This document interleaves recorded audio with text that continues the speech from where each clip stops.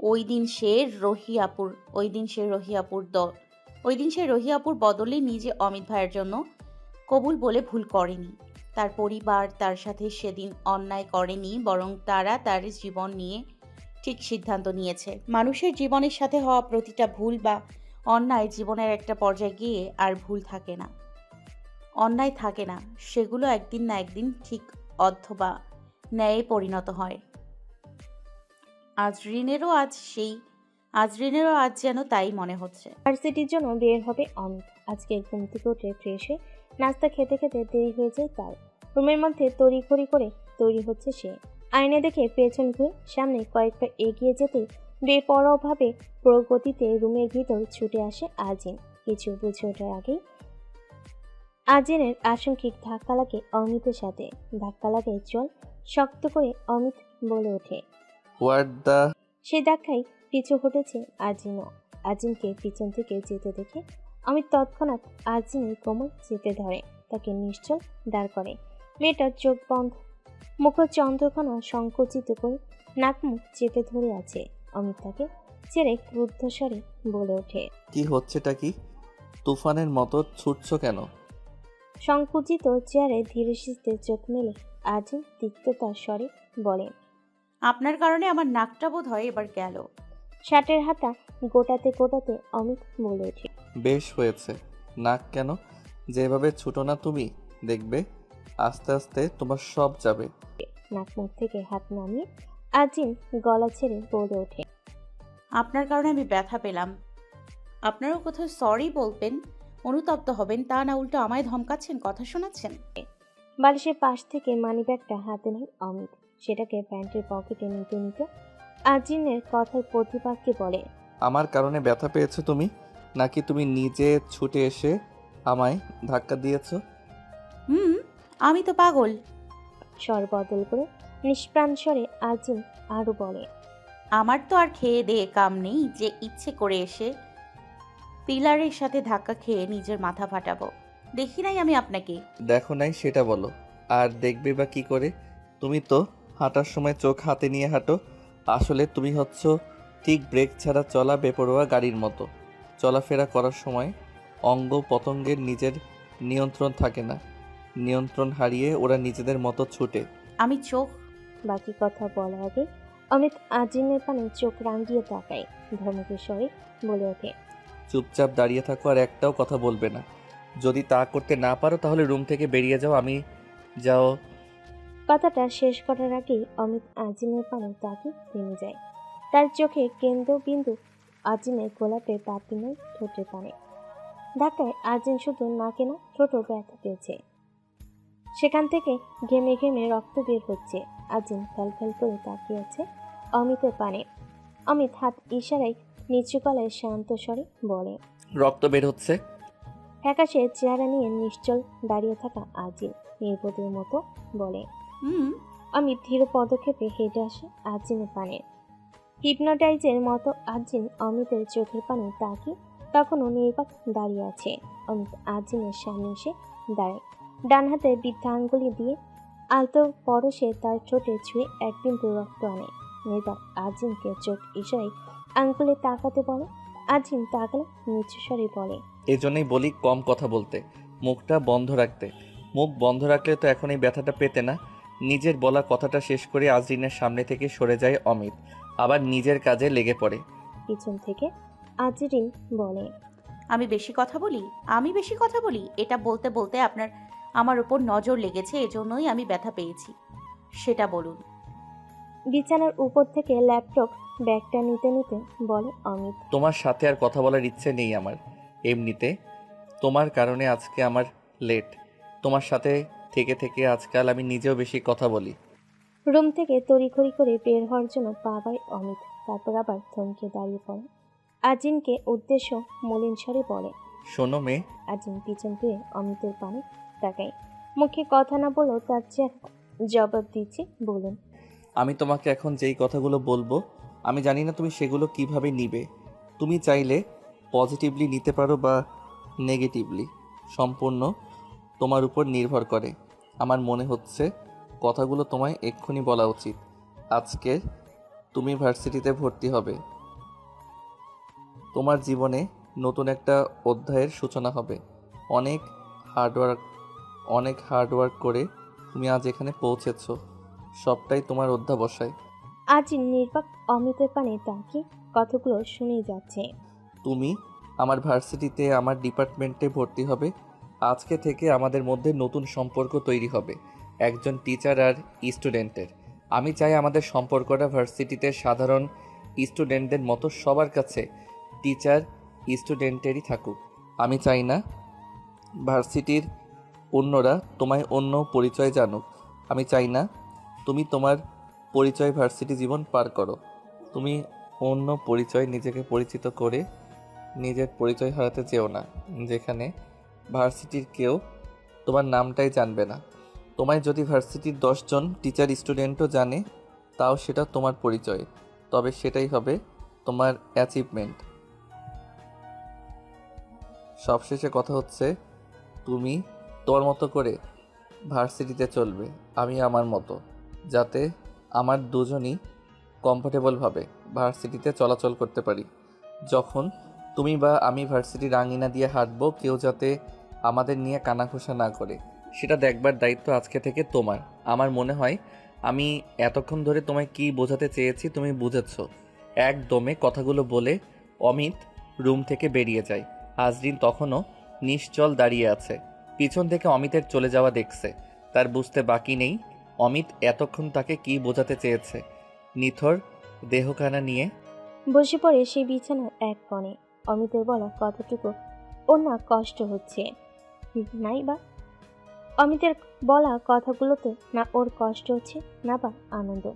অনুভূতিটা তার কাছে সম্পূর্ণ নামহীন। ঘড়ির কাঁটা 11টা ধরে। আজিম বাসা থেকে বের হবে, সাথে যাবে অমিতের ভাষায় আজিনের সোকল্ড ভাই।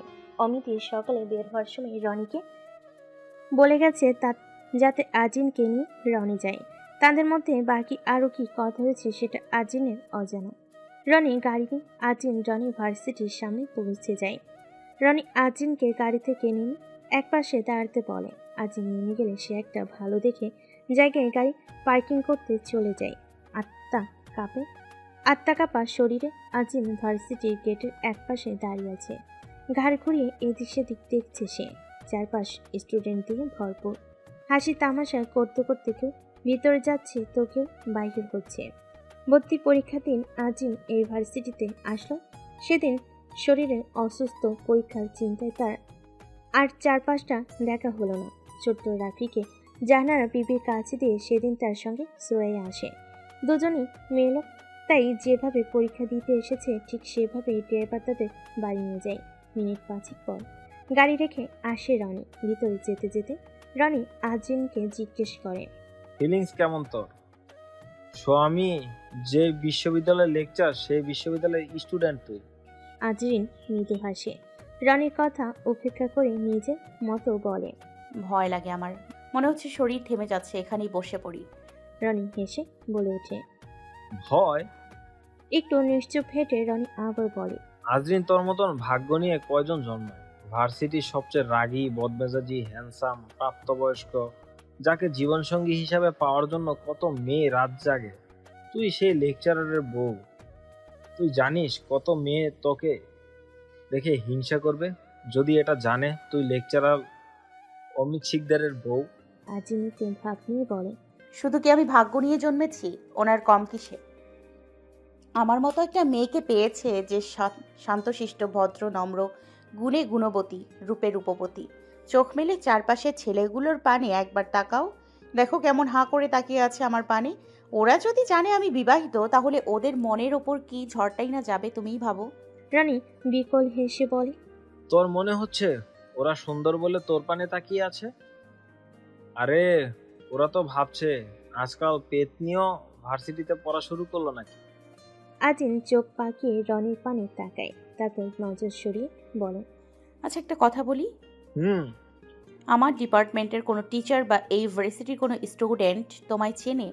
মানে অমিত ভাই আছে তোমার খালাতো ভাই, সেটা জানে? না হয় সেটা কি করে জানবে? প্রথমবার আমি এই ভার্সিটিতে পড়িনি, দ্বিতীয়বার আমার এই ভার্সিটিতে আসাও হয় না। ও, ভালোই হয়েছে।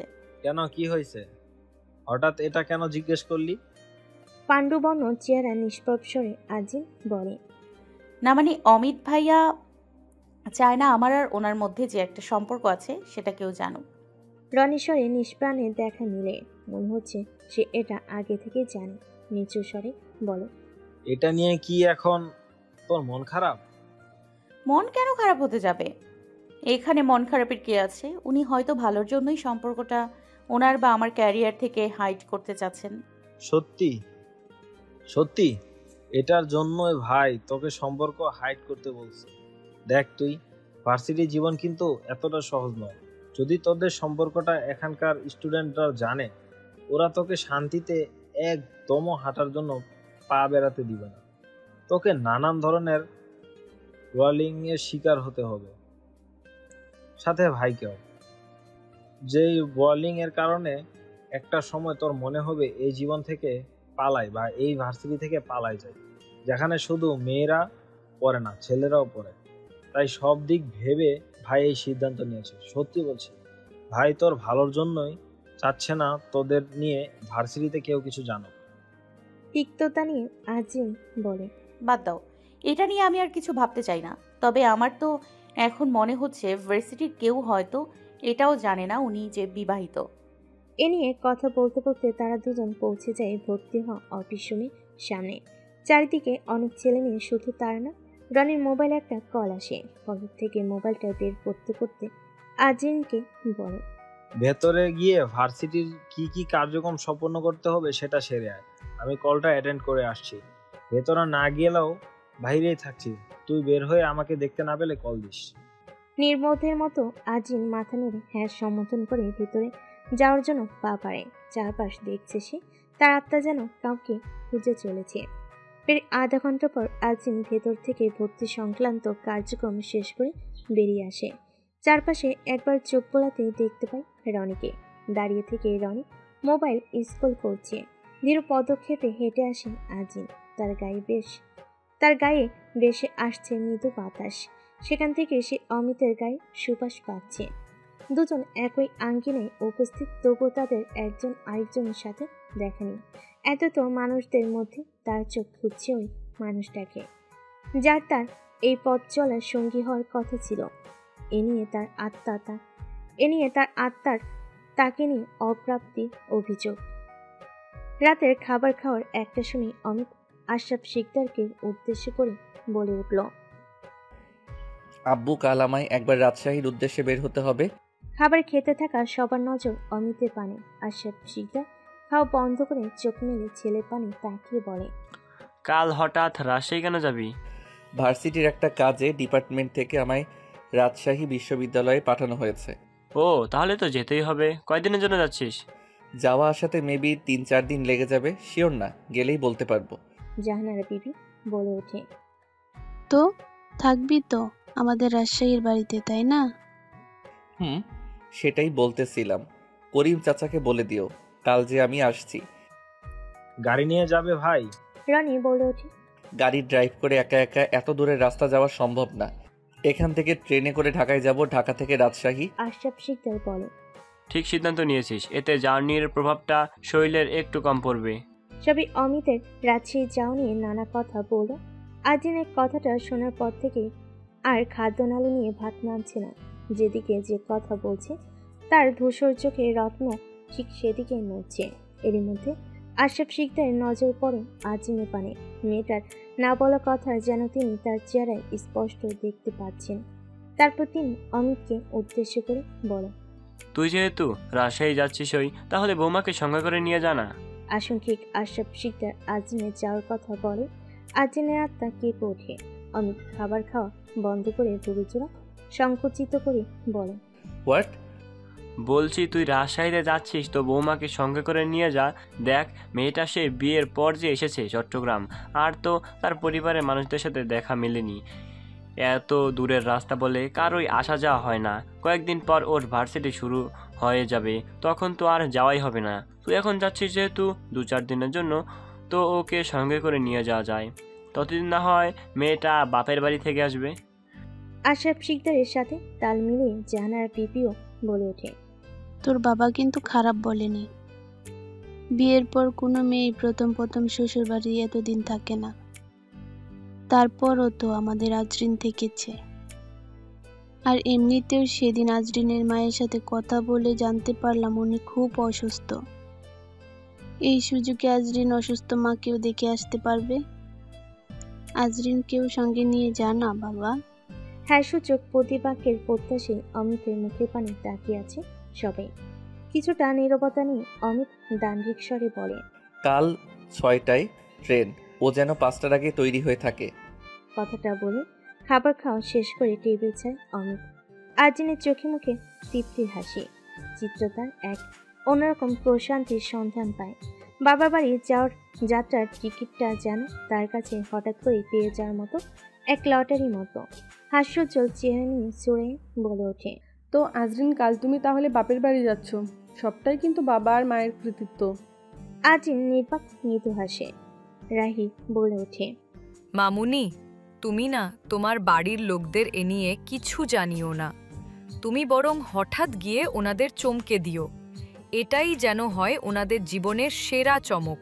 রনির পাশে বসে থাকা রাহির মুখে এ কথা শুনে রনি রাহির কাঁধে দুটো থাবা দিয়ে বলে, বাহ, মেয়ের মাথা তো অনেক বুদ্ধি। ঠিক বলেছে রুহি। আজরিন, রাহির চিন্তা ভাবনাটা কিন্তু খারাপ না, তুই চাইলে কাজে লাগাতে পারিস। এ নিয়ে দু চারটে কথা বলে সবাই খাবার খেয়ে এক একে উঠে পড়ে। রুমে এসে আর্জিন দেখে অমিত নিজের ব্যাগ গোছাচ্ছে।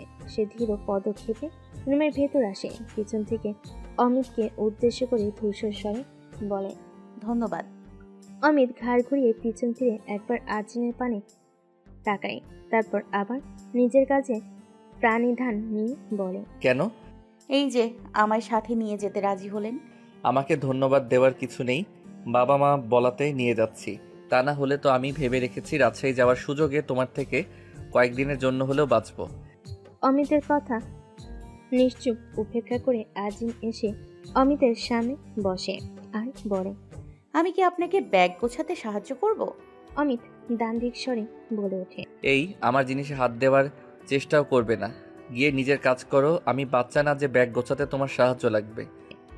আর্জিন অমিতের সামনে থেকে উঠে আলমারির কাছে চলে আসে। কি কি জামা কাপড় নিবে সেগুলো খুঁজে খুঁজে বের করে বিছানায় রাখে। অমিতের পেছনে এসে আবার শুধালো, আমরা কত দিনের জন্য যাচ্ছি? একটু নিশ্চুপ থেকে অমিত প্রতিবাক্যে বলে, আমি কত দিনের জন্য যাচ্ছি তা ঠিক নেই, কিন্তু তুমি চাইলে সারা জীবনের জন্য যেতে পারো। এই মুহূর্তে তোমায় কেউ বাধা দিবে না। নিজের জামা কাপড় গোছাতে গোছাতে আর্জিন মলিন স্বরে বলে ওঠে, কোথায় সারা জীবনের জন্য যেতাম? পরলোকে? আইডিয়াটা কিন্তু খারাপ না। এতে এতে আপনি কয়েকদিন না সারা জীবনের জন্য আমার বেঁচে যাবেন। আর্জিনের বলা কথাটা অমিতের হৃৎপিণ্ডে এসে ধনুকের মতো বাঁধে। তার হৃৎপিণ্ড জাপটে ওঠে। এক অজানা ক্লেশ এসে তার হৃৎপিণ্ডটাকে মুহূর্তের মধ্যে আবৃত করে নেয়। দাঁড়িয়ে পড়ে সে। আর্জিন কিছু বুঝে ওঠার আগেই অমিত প্রগতিতে ছুটে এসে তার দুষ্কণ্ঠ শক্ত করে ধরে তার সম্মুখে দাঁড় করে। আর্জিন বিচলিত চোখে অমিতের চোখের পানে তাকিয়ে আছে। সেই চোখ সে স্পষ্ট ক্রোধের আগুন দেখতে পাচ্ছে। অমিত চোখ শক্ত করে নিচু গলায় ভারী স্বরে বলে, তুমি 2 মিনিটের জন্যেও চুপচাপ থাকতে পারো না? তোমার মুখ কেন সবসময় 4G গতিতে চলে? কথা বলার সময় মুখে লাগাম দিতে পারো না? কখন কি বলতে হয় কি বলো, এসবের কিছু তুমি জানো? নিষ্প্রাণ চোখে অমিতের চোখের পানে তাকে আর্জিন নির্বোধের মতো বলে, আমি আবার কি করলাম? অমিত আর্জিনের চোখের পানে কিছুটা নিশ্চল তাকিয়ে থাকে। তারপর আর্জিনের স্কন্ধ ছেড়ে দিয়ে নিজের ক্রোধকে নিয়ন্ত্রণ করতে বেলকনির পানে পা বাড়ে। এক অন্যরকম রাগ হচ্ছে তার, কোনো কিছু হারিয়ে ফেলার রাগ। বেলকনি দিয়ে বাহিরে তাকিয়ে থেকে নিচু গলায় নিজেকে প্রশ্ন করে, মেয়েটা কথাটা বলার পর থেকে আমার কেন এরকম অনুভূতি হচ্ছে? কেন আমার প্রচণ্ড রাগ হচ্ছে? কি আমার এই অনুভূতির নাম রাগ, নাকি কাউকে হারানোর ভয়? এই ক্রোধের নাম কি? এদিকে আর্জিন বেলকনি দরজার পানে তাকে নিচু গলায় নিজেকে বলে, আমি আবার এমন কি বললাম ওনাকে যেটা গিয়ে ওনার ইগোতে লাগলো? কিছুই তো বললাম না, জাস্ট ওনার কথার প্রতিবাক্যে পরলোকে যাওয়া নিয়ে কিছু কথা বললাম, তাও নিজের এতে ওনার ইগো হার্ট হওয়ার কি হলো? আচ্ছা, এর সাথে আবার অন্য কিছু বলে ফেললাম না তো? নিজের সাথে কথা বলে আর্জেন গুটি গুটি পায়ে হেঁটে যায় বেলকনির দিকে। ভীত সন্ত্রস্ত স্বরে পিছন থেকে অমিতকে বলে, আমি কি আপনাকে কথায় কথায় আবার ভুল কিছু বলে রাগিয়ে দিলাম? বিশ্বাস করুন, আপনাকে রাগানোর আমার কোনো ইচ্ছে ছিল না। হয়তো মুখ ফসকে এমন কিছু মুখ থেকে বের হয়ে গেছে যেটা আমার বলা উচিত হয়নি। তার জন্য আমি সত্যি সরি। অমিতের নির্বাক জবাব পেয়ে আর্জেন আবার বলে ওঠে। আপনি কি আমার কথা শুনতে পারছেন? আর্জেনের পানে না তাকেই অমিত বেলকনি রেলিং দিয়ে বাইরের পানে তাকিয়ে পড়ে। দয়া করে তুমি কি কয়েকটা মিনিট আমায় একা থাকতে দিবে? একটু নিশ্চল দাঁড়িয়ে নির্বাক আর্জেন পিছন ঘুরে আলমারি পানে আস্তে আস্তে নিজেকে বলে, তুইও না আজরিন, উনি সব সময় বলে কম কথা বলতে, কিন্তু তুই মুখটা এক মুহূর্তের জন্য বন্ধ রাখতে পারিস না। কি জানি কি বলে ওনার মুডটাই নষ্ট করে দিচ্ছিস। আলমারি খোলে আজরিন। আলমারির উপরে খোপে রাখা তার লাগেজটা, সেটা নামানোর অনেক চেষ্টা করে, কিন্তু কিছুতেই সে সেটাতে হাতের নাগাল পাচ্ছে না। রুমের চারপাশে একবার চোখ বুলে সে পরক্ষণে নিজের চেয়ারটা চোখে পড়ল, সেটাকে এনে আলমারির সামনে রাখে পা দিয়ে উঠতে যাবে, তার আগে অমিত আর্জেনের পিছন থেকে এসে চেয়ারটা সরিয়ে নেয়। আর্জেন ঘাড় ঘুরিয়ে মাথা উঁচু করে তাকিয়ে দেখে অমিত, বলে ওঠে, কি করছেন কি আপনি? চেয়ার কেন সরালেন? আর্জেনের কথার কোনো প্রতিবাক্য না দিয়ে অমিত হাত বেরিয়ে আর্জেনের লাগেজটা নামিয়ে দিয়ে বিছানার পানে হেঁটে যায়।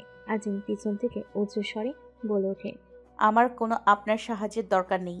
আমি নিজেই এটাকে ফেরে নিতে পারি। প্রতিবাক্যহীন অমিত গিয়ে বিছানায় বসে নিজের বাকি জিনিসপত্র ব্যাগে গুছিয়ে রাখতে লাগলো। আকাশ ভারী মেঘে ঢাকা। দুরন্ত বাতাসে মেঘের গর্জন বারবার আকাশ বাতাস কাঁপিয়ে দিচ্ছে। চারপাশের নিস্তব্ধতা ভেঙে যেন প্রকৃতিও আজ কোনো অজানা আহ্বানে সাড়া দিচ্ছে। মধ্যরাতের পানি ঝড় বৃষ্টির পূর্বাভাস ছড়িয়ে পড়েছে চারিদিকে। সন্ধ্যা 6:30। স্টেশন চত্বর তখনও গমগম করছে মানুষের হাঁকডাক। ট্রলির কখনই ট্রেনের বাঁশির শব্দের পরিবেশে এক বিশৃঙ্খলা সুর বেজে চলেছে। সেই কোলাহলের ভিড়ে অচেনা মুখের স্রোতে আর্জেন হারিয়ে যাবে ভেবে অমিত নিজের হাতের মুঠোয় আঁকড়ে ধরে রাখে তার হাত। ভিড় ঠেলে গাড়ির কাছে পৌঁছায় তারা। সেখানে করিম চাচা অপেক্ষায়। গাড়ির পানে তাদের আসতে দেখে মুখে চিরচেনা হাসি, চোখে মমতার ছায়া। বলে উঠলেন, কেমন আছো বাবা? আসতে কোনো অসুবিধা হয়নি তো? আর্জেনের দিকে স্নেহ ভরা দৃষ্টিতে তাকে হাত বাড়িয়ে লাগেজটা নিয়ে নেন। অমিত ত্বরান্বিত করে নিজের লাগেজটা গাড়ির পেছনে ডিকিতে রাখে। করিম চাচার হাত থেকে আর্জেনের লাগেজটা নিয়ে রাখতে রাখতে উত্তর দেয়, অসুবিধা হয়নি চাচা, তবে লম্বা জার্নি শেষে এখন শরীর আর মন দুটোই ক্লান্ত। করিম চাচা এবার আর্জেনের দিকে তাকে জিজ্ঞেস করে, তুমি কেমন আছো মা? আর্জেন মৃদু হাসে। তার হাসিতে ক্লান্তির চিহ্ন থাকলো, কণ্ঠে থাকে শান্ত স্বর। বলে, আলহামদুলিল্লাহ ভালো। আপনি কেমন আছেন? তোমাদের দোয়ায় আল্লাহর রহমতে আলহামদুলিল্লাহ ভালো আছি। লাগেজ রেখে ডিকির দরজা বন্ধ করে অমিত তাগিদ স্বরে বলে, চলেন চাচা, অনেক ক্লান্ত লাগছে, বাড়ি গিয়ে প্রথমে একটু ঘুমাবো। আর্জেন চুপচাপ গাড়ি দরজা খুলে বসে পড়ে। দরজা বন্ধ করতে গেলে অমিত তাকে থামিয়ে নিজেও পাশে বসে পড়ে, যেন পাশে না থাকলে মেয়েটি আবার হারিয়ে যাবে। করিম চাচা পিছনে ফিরে বলেন, ভালো করে বসেছো তো বাবা? আমি গাড়ি ছাড়বো। জি চাচা, চলেন। গাড়ি ধীরে ধীরে শহরের পথ ধরে চলতে শুরু করে। বাইরে আকাশ মাঝে মাঝেই বিদ্যুতের আলোয় উদ্ভাসিত হয়ে ওঠে, গর্জে ওঠে মেঘ। অমিত জানালা দিয়ে চেয়ে সেই দৃশ্য দেখে আর বলে, চাচা বোধহয় আজ রাতে বৃষ্টি হবে। আকাশ এমন গর্জন করলেও সবসময় বৃষ্টি হয় না, বাতাসে মেঘ হয়তো ভেসে চলে যাবে। মৃদু হেসে বলেন করিম চাচা। আর্জেন তখনও তার চোখ জানালার বাইরের দিকে একটানা তাকিয়ে আছে, যেন নিজের চেনা শহরকে আবার নতুন করে খুঁজে নিচ্ছে। এতদিন পর শহরের বাতাস, কোলাহল, পরিচিত গন্ধ সব মিলে তার হৃদয়ে গভীরে এক অদ্ভুত প্রশান্তির সুর বাজে। জানালার ফাঁক দিয়ে আসা বাতাসে সে হারিয়ে যায় ফেলে আসা দিনের স্মৃতিতে। কিছুটা পথ পেরিয়ে অমিত হঠাৎ বলে ওঠে, চাচা, সামনে কোনো ভালো রেস্তোরাঁ দেখে দাঁড়ায়েন তো। রাতের খাবার তো এখনো খাওয়া হয়নি, বাসায় খাবার নিয়ে যাব। করিম চাচা একটু একটু থ হয়ে অবাক হয়ে বলে, খাবার? আসার সময় দেখলাম রফিক ভাই আর ভাবির মহলের দরজা খোলা। ভাই বলল তোমরা আসছো বিদায় ভাবি রান্না করবে, তাই তিনিও এসেছেন ভাবির সঙ্গে। অমিত মুখটা কুচকে ফেলে। তীব্র এক অসন্তোষ ঝরে পড়ে তার কণ্ঠে। বলে, এই মা, ও না, সব কিছুতে এত বাড়াবাড়ি। রাতের খাবারটা রেস্তোরাঁ থেকে নিয়ে যেতাম, শুধু শুধু এখন ওনাকে কষ্ট করতে হবে। বাড়ির সদর দরজাটা ধীরে ঠেলে ভেতরে পা রাখে অমিত। তার পেছনে শান্ত অথচ ক্লান্ত পায়ে হেঁটে আসছে আজরিন। ড্রয়িং রুমে বসে টিভিতে খবর দেখছিল রফিক মিয়া। কিচেনে সুগন্ধে ভাসছে রোকেয়া বেগমের রান্না। অমিত আর আজরিনকে দেখে রফিক মিয়ার মুখে যেন অজান্তে ফুটে ওঠে এক প্রশান্তির হাসি। উঠে এগিয়ে এসে বলেন, অমিত বাবা, তোমরা এসে পড়েছো? অমিত সালাম জানিয়ে বলে, কেমন আছেন চাচা? রফিক মিয়া আদরের সুরে বলেন, এই তো বাবা, আলহামদুলিল্লাহ ভালো।